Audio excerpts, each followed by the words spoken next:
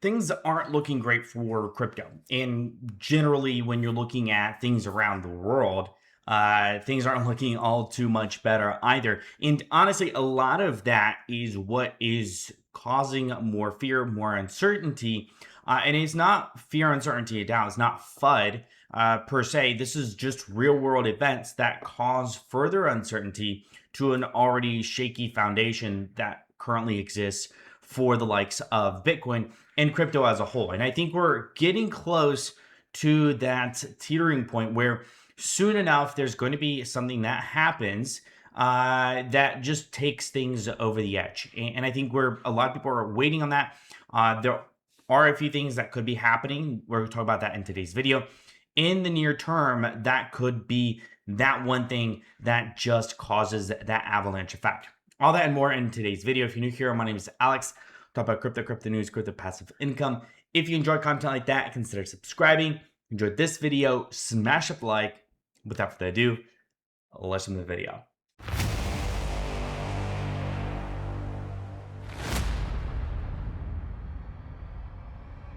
So let's first talk about the big thing that is on everyone's radar right now, and that is Iran. And there's a lot of things happening involving Iran currently, and a lot of things that people probably aren't familiar with and understand. And I think could be one of the major catalysts that could be the main thing that takes things over the edge. But let's briefly talk about this as a whole and the scale at to which this is significantly more than what we've seen in a very long time, and this is significantly more than the US going in and capturing Maduro. This is not, that will make it look like peanuts in comparison to what is going on right now. And what you're seeing right now, this is a massive naval buildup, but what a lot of people also aren't paying attention to, or enough attention to, is the mobility aspect, the cargo aspect from the Air Force perspective. Air Force, so I privy a little bit to more of that information, seeing what is happening. And so this isn't something that is going to be temporary. This isn't going to be something that I don't think is going to last a couple of days. The preparations being made for something like this is significantly longer. And I'm not saying this is going to be multiple years. This is just going to be a lot more than an overnight campaign that happened in Venezuela. So I think the problem is a lot of people are seeing this on a very surface level, but it's a lot bigger of a deal than what meets the eye. And so when it says the fear of a full-scale war breaking out in the Middle East, I think that is a very strong possibility. Now, whether or not it happens is kind of an unknown. Typically, you have some major event that causes things to kind of fall out. But the military operation could last several weeks and have a powerful impact on the region, sources have told Axios. And that is the thing. Could last several weeks. We're talking about 1 to 2 months as far as an operation. This is significantly greater than what we saw in the most recent Middle East events of a 12-day war with Israel. So this is at a scale I don't think enough people are paying attention to when it comes to this type of involvement. Obviously, we know the diplomacy aspect that fell through.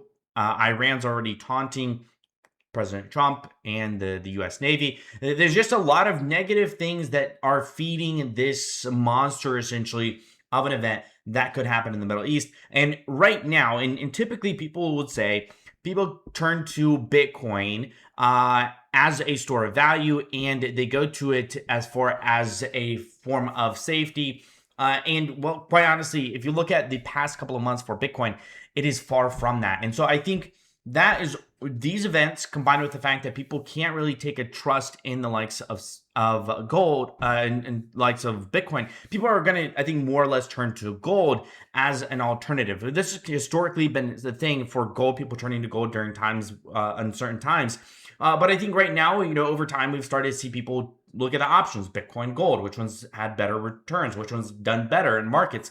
And quite honestly, there's very few reasons why people would choose Bitcoin today instead of gold. And I think that is going to be one of the major catalysts I think is going to cause more concern.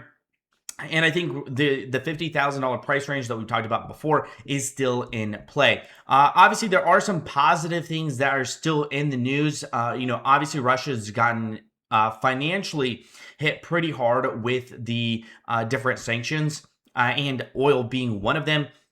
So Russia's offering the U.S. $12 trillion in deals in exchange for lifting sanctions, which is insane. That's probably derived from a much bigger idea of simply, this deal, that deal, and may include, natural resources, minerals, and stuff like that, access to things. And so I think this obviously could be good, but this is also at the same time that we're seeing potentially a full out war breaking out in the Middle East. And it's a lot bigger than most people are talking about. The other thing that a lot of people are also discussing, this happened today, is DeepSeek V4 releasing soon. Now, when DeepSeek originally launched its last edition last year, it rattled the markets pretty heavily. I mean, all AI stocks lost billions upon billions of dollars in value. Now, obviously, most of them rebounded, are back to those levels or slightly above. But this is a huge thing in the celebration of the Lunar New Year. A lot of things getting ready to launch that could cause some financial backlash and some downtrends in the US stock market and the technology department. And obviously, Bitcoin trades pretty similarly as a technology stock or as a technology general idea company. So, those are two major catalysts. Now, I don't think the impact this go around for DeepSeek and their new model is going to be as major of the surprise of the impact that was had last year, because that simply just caught everybody off guard. I don't think this is going to be the same extent. People are already expecting something of a greater extent. They do have some crazy numbers as to what they're saying. There was this $600 billion in market value was wiped out in just a day last time. I think with V4, it's not going to be nearly the same. There's going to be some repercussion, but I don't think it's going to be that great. And they have already talked about the fact that their model fees are 50 times less than the next runner-up comparison. So this could be a catalyst. This could be something that happens, maybe not, just kind of unknown, but something to keep your eye on regardless. And, that doesn't help with the fact that right now, when you're looking at the entire market, the fear and greed index is literally at levels, and it's staying at levels that we've not typically seen before.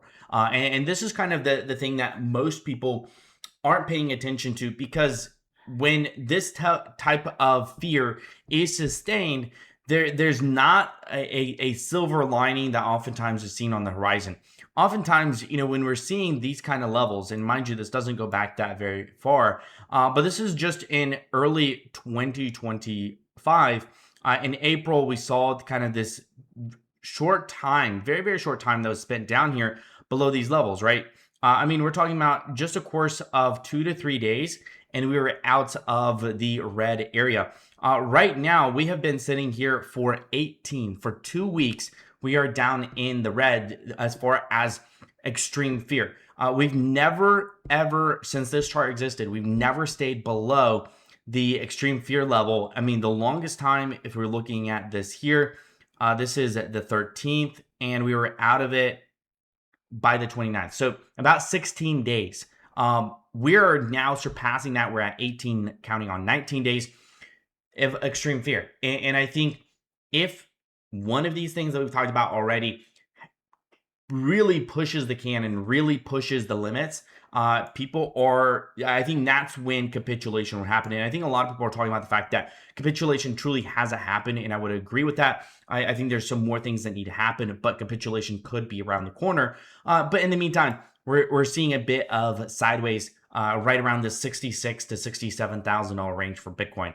And you have other people that are talking about this already. Rand Neuner, been in crypto for a very, very long time, put out this post as far as, why he is liquidating his entire, liquidated almost his entire crypto portfolio. And he's saying that, just because what just happened didn't behave like a normal cycle, from 126K to the 200-week moving average in just 4 months. That is how much of a drop we've had. In 2018, that took a year. In 2022, it took 30 weeks. We've done that in 16 and half that time. And I think that's why we're sustaining this extreme fear levels, because of how unprecedented of a move down this was. And part of that also due to the fact of the manipulations and things that we've seen in the market. What happened on October 10th? There's a lot of other things that have happened this year that have taken out so much money out of the markets, significantly greater than many other capitulation years before. So there's no retail euphoria, no clear catalyst that everyone agrees on, a lot of repricing, and a lot of manipulation. I mean, every single market open, 9, 10 a.m., you see a slight jump in the price, only to be followed up with a $2,000 to $3,000 price correction. I think people are getting worn out by the level of manipulation that we've seen in this market. And so, when you're looking at where things are right now, this is at a level where we have not seen Bitcoin in this cycle. I mean, when you're taking a look at this cycle, since we started this recovery here and this move back up, we have never been below this on a weekly average. We have never been below the 200-day exponential moving average. And we are officially below that. And I think we're at a point where a lot of people are freaking out. A lot of people are looking at ways. Do they cut their losses? Do they try to hold on for a slight recovery? Maybe something's going to happen in 2026 that gets them maybe some of their monies back. But like Rand had mentioned, there's simply not enough catalyst. There's nothing major that people agree on that could push Bitcoin to new all-time highs. Retail is really gotten rinsed with meme coins and a lot of other things that have happened in the course of 2025 and 2026. There's just a lot of exhaustion right now in the charts. And I think we are poised to go back down to the 60K price point that we saw just a couple of weeks ago, and a further downtrend to the 50K mark. I think that is kind of where the next major level is going to be, the next major test for Bitcoin. And we could see those levels with some of these major catalysts that we talked about at the beginning of the video, if they're sustained long enough. And, I think very realistically, we'll see that type of move down. I mean, when you look at things right here, we're not that far behind what we've seen here, right? We saw this move here in a major correction. After we hit an all-time high, we saw this bit of a move here, and we're seeing this major correction. And I personally don't think we are finished with that correction. I mean, when you're looking at the percentages here, to the time that you reach the bottom, you are down about 70%. When we go from here, 70% would take us to the 30K mark. So I don't think we're going to get to that level. I think the next big thing for crypto in general is going to be this 50K mark. But I think correction is still ongoing. I think the bear market is still ongoing, and there's not enough bullish catalyst for things to move forward. But the beauty behind this is there's still money to be made even on the downside. There's ways you can make money shorting Bitcoin and shorting it to its next support level. I think there's plenty of opportunities for that. In the meantime, just be mindful, this weekly candle hasn't closed. This is a new weekly candle. I think if we close below the 200-day exponential moving average, that would be a confirmation of extreme bearishness. But right now, we're still teetering with this number, so I wouldn't go too crazy with leverage one way or the other until further confirmation is made, which will happen probably in just the next couple of days. But I'd love to hear your thoughts. What do you think about the world events happening right now? How do you think that's going to impact crypto, Bitcoin specifically? And do you see any light at the end of the tunnel? Let me know your thoughts in the comment section below. Enjoy this video. Smash up a like. You enjoy content like this, consider subscribing. Until next time, guys, stay invested.